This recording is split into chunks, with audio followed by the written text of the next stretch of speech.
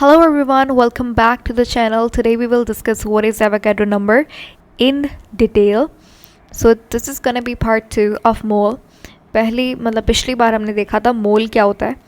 ठीक है, यहाँ पे थोड़ा सा मोल को रिवाइज कर लेते हैं and then we'll go for Avogadro number. तो मोल केमिस्ट्री के अंदर wait a moment mole chemistry के अंदर एक मेजरिंग यूनिट है. Measuring unit, this is only revision क्योंकि we already learned what is mole in detail. Anyway, so mole एक chemistry के अंदर एक मेजरिंग यूनिट है जिसके ज़रिए आप काउंट कर सकते हो कि एक सैम्पल के अंदर नंबर ऑफ पार्टिकल्स कितने हैं. ठीक है,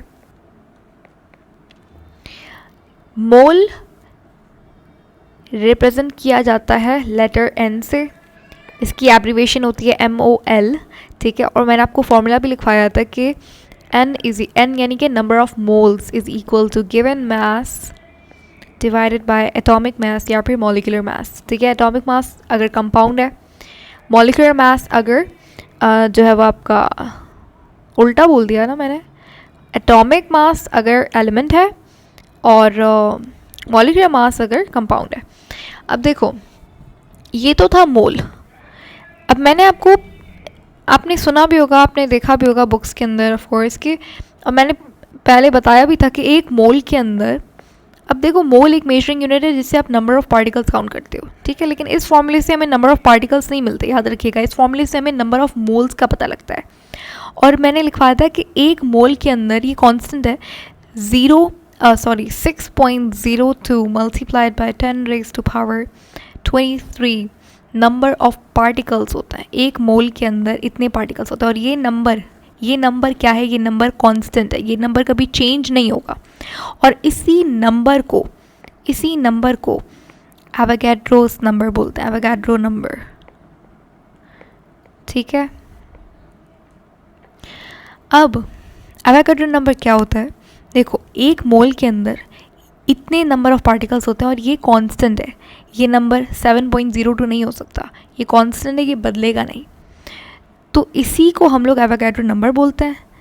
केमिस्ट्री के अंदर ये एक कांस्टेंट है जो कि हमें रिप्रेजेंट करता है कि एक मोल के अंदर कितने नंबर ऑफ पार्टिकल्स होंगे. ठीक है, एवोगाड्रो नंबर इससे ज़्यादा कुछ नहीं है. उसके बाद इसके आगे पीछे बहुत सारी चीज़ें आ जाती हैं. इसके न्यूमेरिकल्स थोड़े से ट्रिकी होते हैं, वो इस वजह से क्योंकि उसके पीछे एक बहुत सिंपल सा एक फंडामेंटल कंसेप्ट होता है. अगर वो आपने क्लिक कर लिया, so I think you can do every numerical of stoichiometry. Anyway, so वो मैं आपसे ज़रूर जल्दी शेयर करूँगी. तो अभी के लिए एवोगाड्रो नंबर की डेफिनेशन यहाँ पे मैं लिख देती हूँ आपके लिए. It's a constant. ये कांस्टेंट है. देखो, डेफिनेशन को तोड़ के समझोगे, it's gonna be really very easy for you. So एक कांस्टेंट है जो कि रिप्रेजेंट करता है एक मोल के अंदर कितने नंबर ऑफ पार्टिकल्स होते हैं. देखो, ये स्टेटमेंट याद रख लो, 1 mole is equal to this. इससे तुम डेफिनेशन बना लो. कांस्टेंट है, ठीक है, चेंज नहीं होगा मतलब. So it's a constant that represents the number of particles. यहाँ पे नंबर ऑफ पार्टिकल्स दिखाए गए हैं. ठीक है, नंबर ऑफ पार्टिकल्स किसके अंदर? एक मोल के अंदर. ठीक है, सिर्फ एक मोल की बात हो रही है यहाँ पे.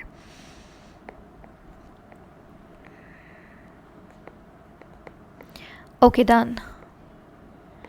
अब उसके बाद यहाँ पे मैं कुछ एग्जांपल्स लिख देती हूँ ताकि it's gonna be easy for you. For example, अगर मेरे पास एक मोल है H2O का, एक मोल है H2O का, उसके अंदर कितने नंबर ऑफ पार्टिकल्स होंगे? अच्छा, यहाँ पे कौन सा पार्टिकल होगा? यहाँ पे मैंने H2O लिया है और H2O क्या है? कंपाउंड है ना. तो यहाँ पे मॉलिक्यूल्स होंगे या एटम्स होंगे? मॉलिक्यूल्स होंगे. ठीक है, तो यहाँ पे कितने मॉलिक्यूल्स होंगे? एक मोल की बात कर रहा है, तो यानी कि 0.62 मल्टीप्लाइड बाय 10⁻23 मॉलिक्यूल्स होंगे. ठीक है, अगर मैं यहाँ पे 1 मोल ऑफ हाइड्रोजन लिखती हूँ या कोई भी एलिमेंट लिखती हूँ, ऑक्सीजन लिखती हूँ, तो फिर उसके कितने मोल्स, एक मोल के अंदर कितने पार्टिकल्स होंगे? और एटम्स होंगे या मॉलिक्यूल्स होंगे? एटम्स होंगे क्योंकि एलिमेंट है. ठीक है, अच्छा, उसके बाद यहाँ पे एक ट्विस्ट आता है, वो आता है आयोनिक कंपाउंड्स के अंदर.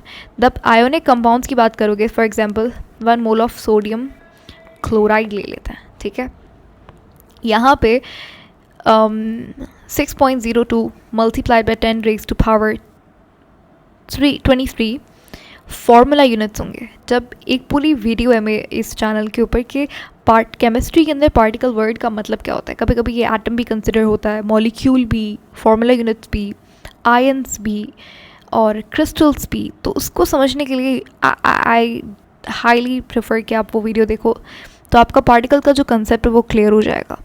तो यहाँ पे जब आप लिखोगे तो 6.0, क्योंकि एक मोल की बात करें तो ऑफकोर्स 6.02 मल्टीप्लाई बाई 10⁻23 ही आएगा, लेकिन यहाँ पे तुम फार्मूला यूनिट्स लिखोगे क्योंकि NaCl क्या है, आयोनिक कंपाउंड है, आयोनिक कंपाउंड, ठीक है।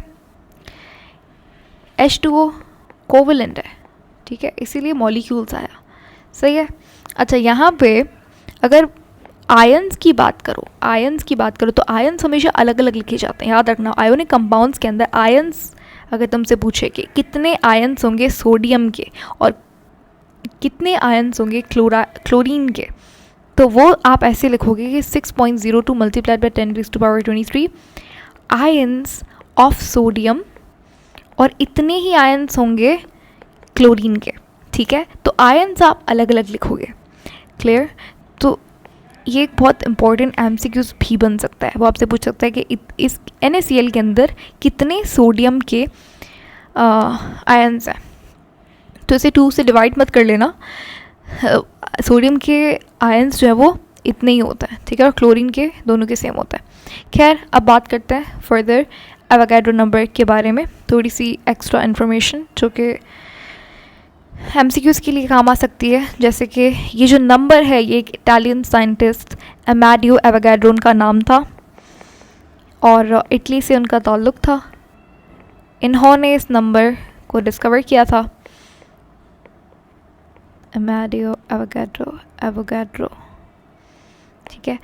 अब जैसे नंबर ऑफ मोल्स को हम लोग N से लिखते हैं, ठीक है, वैसे ही ये रिप्रेजेंटेशन होती है एवोगाड्रो नंबर की, ठीक है।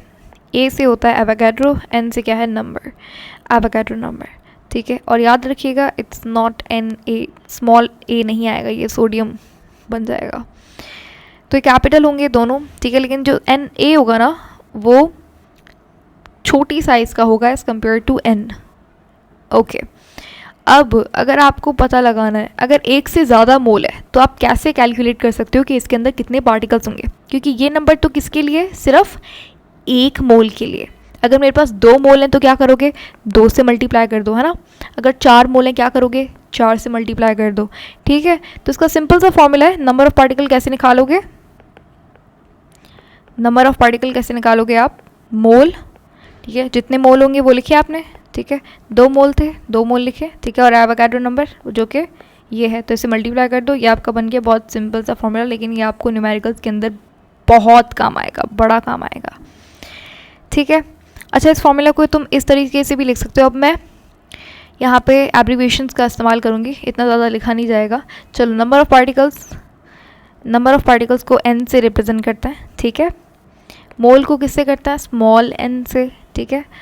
और ये क्या होता है, एवोगाड्रो नंबर, ये तो ऐसे एब्रीविएशन में लिखा हुआ है, तो इसको आप ऐसे भी लिख सकते हो, ठीक है। और मोल का फॉर्मूला क्या होता है, मोल का फॉर्मूला होता है given mass divided by atomic mass या फिर मॉलिक्यूलर मास, ठीक है। तो आप अगर मोल गिवन नहीं है, अगर मोल क्वेश्चन के अंदर गिवन नहीं है तो आप मोल फाइंड आउट करोगे, ठीक है। वो कैसे करोगे, मास गिवन होगा, ठीक है, और मॉलिक्यूलर मास तुम वैसे ही निकाल लोगे। तो यहाँ पे मैं लिख लेती हूँ, number of particles is equal to, mole की वैल्यू क्या होगी, मोल की वैल्यू होगी given mass divided by molecular mass multiplied by Avogadro number, ठीक है। ये बन गया आपका फॉर्मूला। जो पिछली बार फॉर्मूला पढ़ा था, ये वाला, एक मिनट रुको, ये वाला फॉर्मूला जो पिछली बार पढ़ा था, ये फॉर्मूला नंबर 1, और आज जो हमने पढ़ा फॉर्मूला नंबर 2, इन दोनों को कंबाइन करके मैंने ये लिख दिया, ठीक है। कोई ऐसी बात समझ में ना आई हो, बहुत ही इजी चीज़ थी, इसमें कोई ऐसी बात नहीं थी। तो आई होप हमने ऑलमोस्ट बहुत सारी चीज़ें कवर कर ली हैं। अच्छा, जब बात आती है न्यूमेरिकल्स की, तो उसके स्टोइकियोमेट्री के न्यूमेरिकल्स के लिए एक 1, 2, 3 शायद जितने भी होंगे मैं कोशिश करूँगी, we can do as much as we can, I can. तो मैं जितने भी न्यूमेरिकल्स होंगे उन सबको कवर करने की कोशिश करूँगी, आई होप उससे ज़्यादा। तो I am talking about Sindh and federal, और कोई और बोर्ड की भी कर लेंगे जो कि आपकी प्रैक्टिस के लिए बहुत लाजमी होंगे। तो उसके लिए हम लोग अगली वीडियो में हम लोग न्यूमेरिकल्स की बात करेंगे। लेकिन अगर आप यहाँ पे न्यूमेरिकल्स करना चाहते हो इन दोनों फार्मूलाज को यूज़ करके, तो आई थिंक वो आपको मोल के पार्ट 3 के अंदर मिलेगा, जो कि न्यूमेरिकल्स करके एक वीडियो होगी इसके बाद। सो इस वीडियो के अंदर it was only about concept, and I hope वो क्लियर हो गया होगा। बाकी तो this is a very easy topic. Okay, I think we're done, and thank you so much for watching. See you later in the next video. Take care.